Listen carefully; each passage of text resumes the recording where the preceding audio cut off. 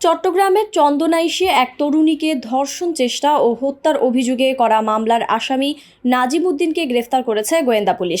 গতকাল বৃহস্পতিবার রাতে কক্সবাজার জেলার রামু উপজেলা থেকে তাকে গ্রেফতার করা হয়। নাজিম উদ্দিন সাতকানিয়া উপজেলার খাগড়িয়া এলাকার মৃত সৈয়দ আহমদ ও রুকিয়া বেগমের ছেলে।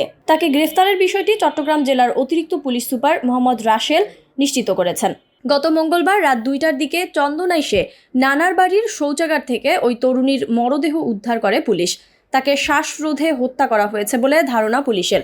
এ সময় ঘরের সামনে থেকে রক্তাক্ত অবস্থায় তার নানা নানিকেও উদ্ধার করা হয়। তাদের প্রথমে চন্দনাইশ উপজেলা স্বাস্থ্য কমপ্লেক্সে, পরে চট্টগ্রাম মেডিকেল কলেজ হাসপাতালে ভর্তি করা হয়।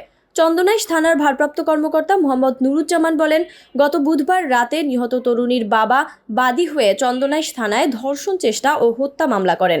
মামলায় নাজিম উদ্দিনকে একমাত্র আসামি করা হয়। গোয়েন্দা পুলিশের সহায়তায় তাকে গ্রেফতার করা হয়েছে।